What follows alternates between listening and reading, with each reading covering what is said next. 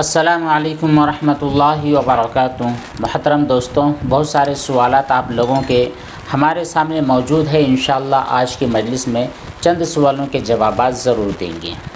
सबसे पहले हमारे सामने जो सवाल है, सलाम पेश किया गया है। वालेकुम सलाम। कहती यह है कि मेरा नाम रुखसार है, मैं बालचंद पट्टी यूपी से बोल रही हूँ। देखिए, ऐसा होता है जब भी आप सवाल करते हैं तो आपके शुरू के अंदर आपका नाम आ जाता है तो बड़ा अच्छा लगता है कि आप कौन है, कहाँ से है और क्या मकसद आपका है। तो कहती यह है कि ये जो छछूंदर होती है उसके बारे में बतलाइए। अगर उसकी बीट कहीं पर पड़ जाती है तो वो जगह पाक होती है या नापाक। देखिए रुखसार जी, छछूंदर और चूहा ये जो होते हैं इनकी बीट नापाक होती है, ठीक है। अगर वो बीट आपके किसी चीज़ में पड़ जाती है, मान लीजिए आपके कपड़े वगैरह के अंदर पड़ जाती है, तो उस बीट को उठाकर आप बाहर फेंक दें। हाँ, अगर उस बीट के निशान यानी बिल्कुल ताज़ा बीट थी और उसके निशानात आपके कपड़े पर आ गए हैं तो फिर कपड़े का उतना हिस्सा जहाँ पर वो लगी है उसको धोना ज़रूरी होगा। इसी तरह किसी जगह पर वो बीट आपको नज़र आती है आपकी ज़मीन पर, तो फिर कोई डरने और घबराने की ज़रूरत नहीं है। साफ़ सफाई का एहतमाम करें, उसको पोंछ दे। लेकिन अगर वो बीट बिल्कुल ताज़ा है या फिर उस बीट के ऊपर पानी गिर गया और पानी गिरने की वजह से उसके असरात बहुत सारी जगह पर फैल गए हैं, तो उतनी जगहों को आप धो लें और पाकी का एहतमाम करें। नूर इस्लाम का सवाल है, कहते ये हैं कि बिस्तर पर चूहा गिर गया हो तो क्या बिस्तर नापाक हो जाएगा या नहीं, और बदन पर गिर गया है तो क्या बदन नापाक हो जाएगा या नहीं। चूहा, छिपकली, इन जानवरों के जो आपके घरों के अंदर अक्सर रहते हैं, अगर वो आपके बदन या कपड़े पर गिर गए हैं तो फिर कोई चीज़ नापाक नहीं है, ठीक है। सिर्फ उनके टच होने की वजह से आपके कपड़े भी नापाक नहीं होते हैं, आपके बदन भी नापाक नहीं होते हैं। मगर ये अगर उनके बदन के ऊपर कोई नजासत थी, मान लीजिए वो किसी नाली में से चलकर चूहा आया था और उसका पूरा बदन उस नजासत में लथपथ था, फिर वही नजासत आपकी बॉडी पर, आपके कपड़े पर, आपके बिस्तर पर लगी है, तब कहीं जाकर के आपका बिस्तर या कपड़ा या फिर बदन का वो हिस्सा नापाक होगा जहाँ पर वो नजासत लगी है। लेकिन चूहे और छिपकली के बदन पर कोई भी नजासत नहीं थे, बिल्कुल सूखी थी और वो गिर गए हैं, तो गिरने की वजह से कोई भी चीज़ नापाक नहीं हुई है। बहुत ज़्यादा टेंशन लेने की ज़रूरत नहीं है। अफजल अली कहते ये हैं कि अस्सलाम वालेकुम। वालेकुम सलाम। क्या मर्द के लिए सोने और प्लाटिनम की जो घड़ी होती है, इसी तरह प्लाटिनम का जो चश्मा होता है उसके इस्तेमाल करने की इजाज़त है या नहीं। देखिए अफजल भाई, मर्द है ना, तो मर्द के लिए ज़ेबो ज़ीनत के एतबार से, ज़ेबो ज़ीनत या और भी ऐसी शौकिया तौर पर सोने का इस्तेमाल बिल्कुल नाजायज़ और हराम है। चाहे वो अंगूठी पहने, चश्मा पहने या घड़ी पहने या घड़ी का डायल हो, तो सोने की जो चैन होती है, तो सोने की कोई भी धात, सोने की कोई भी चीज़ मर्द अगर चाहे शौकिया इस्तेमाल करे या फ़ैशन के तौर पर इस्तेमाल करे या कि फिर बस यूँ ही नामो नमूद के लिए इस्तेमाल करे या ज़ेब व ज़ीनत के इस्तेमाल करे, कोई भी जायज़ नहीं है, नाजायज़ और हराम है, ठीक है। अगला एक सवाल है, सलाम पेश किया गया है। वालेकुम सलाम। कोई ख़ातून है, कहती हैं कि मुफ्ती साहब मेरा नाम रेहाना शाज़ है। मेरा भी एक सवाल है। सवाल ये है कि जिस तरह मर्द और औरत के लिए अपनी बॉडी के पार्ट्स के बालों का काटना ज़रूरी होता है, क्या इसी तरह पिछली जो शर्मगाह होती है उसके बाल भी काटना ज़रूरी होते हैं या नहीं। देखिए, जो ज़ेरे नाफ बाल होते हैं, इसी तरह बगल के बाल होते हैं, उनका काटना ज़रूरी होता है। इसी तरह पिछले शर्मगाह के आसपास के बाल जहाँ से नजासत खारिज होती है, अगर ये अंदेशा है कि सफाई वग़ैरह के लिए नजासत जब निकलती है तो नजासत की वजह से वो बाल भी मुलव्वस हो जाते हैं और फिर वो नजासत बिखर जाती है, तो साफ़ सफाई की गरज से अगर आप बालों को काटना चाहें सिर्फ उतने हिस्से के, तो इसकी इजाज़त है।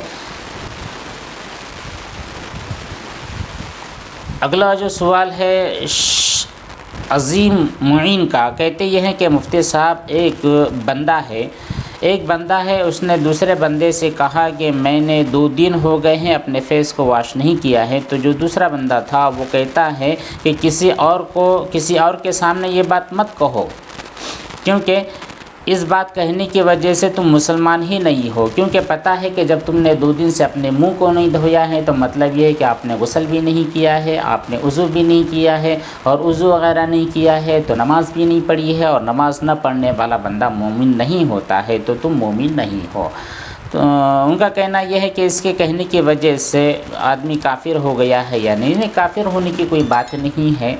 ये तो गैरत दिलाई गई है कि भाई तुम कैसे बंदे हो कि तुमने 2 दिन से, मतलब ये है कि आपने वज़ू भी नहीं किया है, तो ये बड़ी शर्म वाली बात है, तो ये गैरत दिलाई गई है, इसमें कुफ्र वाली कोई बात नहीं है। ठीक है, अगला सवाल है समीर ज़ाकिर की तरफ से। वो कहते ये हैं कि मेरी एक भांजी है। अच्छा, मेरी एक भांजी है,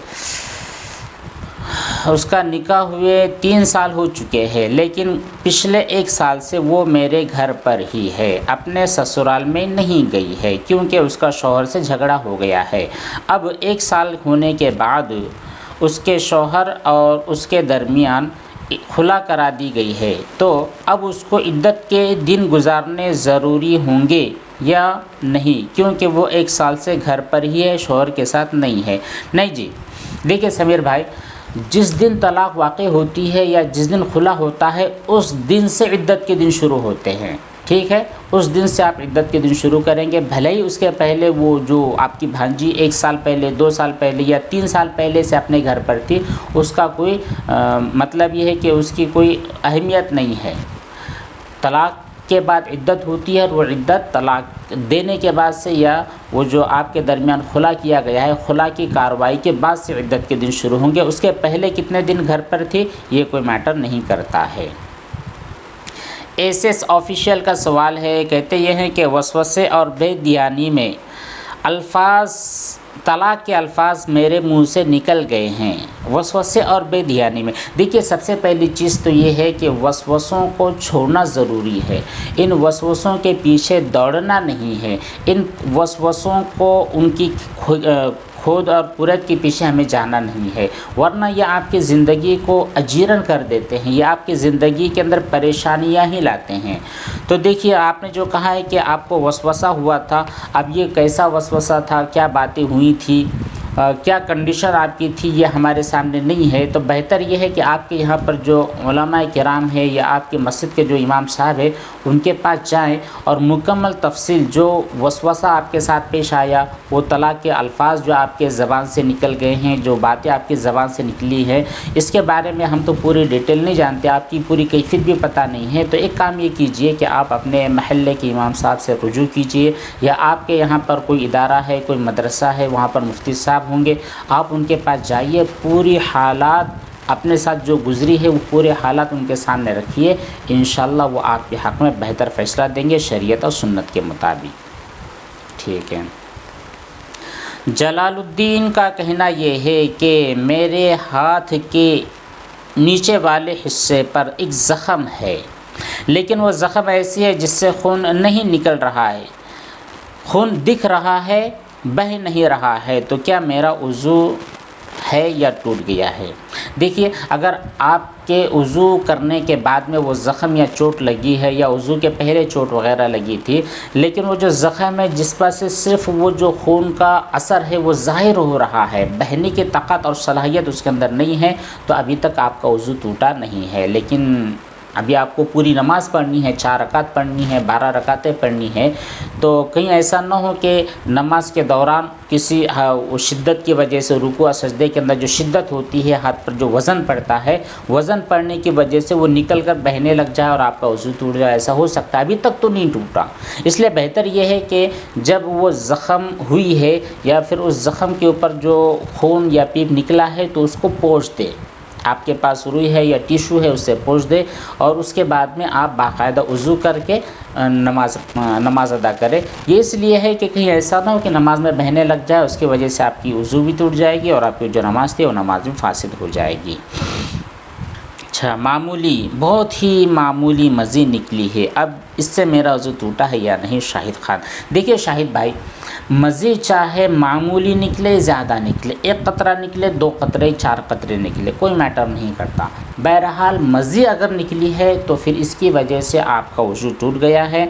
और वज़ू टूटने के बाद अच्छा आपने कहा है कि मेरा वज़ू अगर टूट गया है तो क्या सिर्फ़ वज़ू करना पड़ेगा या पूरी जगह को धोने की ज़रूरत नहीं है। जहाँ से मज़ी निकली है उतने हिस्से को और कपड़े के जिस हिस्से पर लगी है बस उतने हिस्से को धो लिया जाए, काम चल जाएगा। मुकम्मल गुस्ल करने की भी ज़रूरत नहीं है और मुकम्मल कपड़े धोने की भी ज़रूरत नहीं है। उम्मीद है कि आपको पूरी बात समझ में आ गई होगी।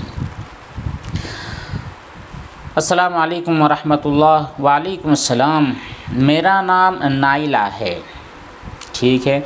मैं एक स्कूल में टीचर की हैसियत से काम करती हूँ। एक मर्तबा ऐसा हुआ कि हमारे वॉशरूम में पानी नहीं था तो मैं पेशाब से फ़ारिग होने के बाद तहारत नहीं ली। अब मैं शाम को घर पर आई हूँ तो क्या मेरे लिए गुस्ल करना ज़रूरी होगा? देखिए नाइला जी, जब आप किसी स्कूल में काम कर रही हैं वहाँ के टॉयलेट वगैरह में आम तौर पर सब चीज़ें मुहैया होती है, पानी वगैरह। अगर पानी नहीं मिला था तो उसी वक्त आपके लिए टिश्यू का इस्तेमाल करना ज़रूरी था।